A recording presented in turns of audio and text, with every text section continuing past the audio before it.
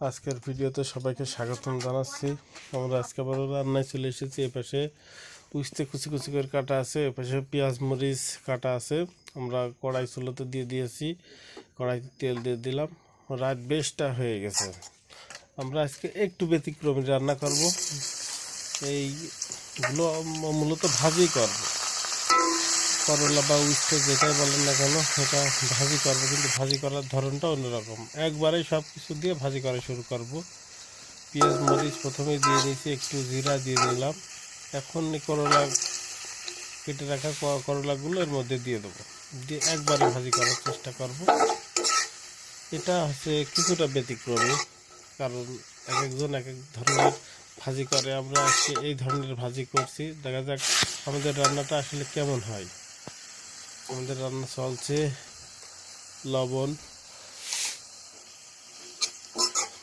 হলুদ দিয়ে নিয়ে একটু নাড়াচাড়া করে দিচ্ছি, যেন সব জায়গায় সমানভাবে লেগে যায় বা ছড়াই যায়। আমাদের সাধারণ রান্না আমি যেভাবে করি, আমরা প্রতিনিয়ত আমরা সেভাবে আপনাদেরকে দেখানোর চেষ্টা করি। ঢেকে রেখেছিলাম যেন একটু দ্রুত সিদ্ধ হয়ে যায়, যার কারণে আপনারা দেখতে পাচ্ছেন বেশ কিছু সময় পর এই পর্যায়ে এসে পৌঁছেছে। এই করলা ভাজতে কিন্তু বেশ সময় লাগে, কারণ এই করলার সমস্ত রস বের হয়ে যাওয়ার পরে কিন্তু ভাজি ভাজি মতো হওয়া শুরু হয়, যার কারণে বেশ সময় লাগে করলা ভাজিটা। তো যে অনেক দীর্ঘ সময় লাগে এমন না, তবে বেশ কিছু সময় লাগে। আমাদের আজকে রাতের রান্না চলছে।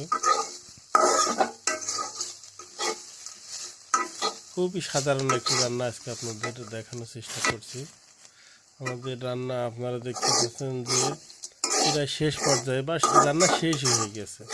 আমাদের ভিডিও দেখার জন্য সকলকে ধন্যবাদ জানাচ্ছি।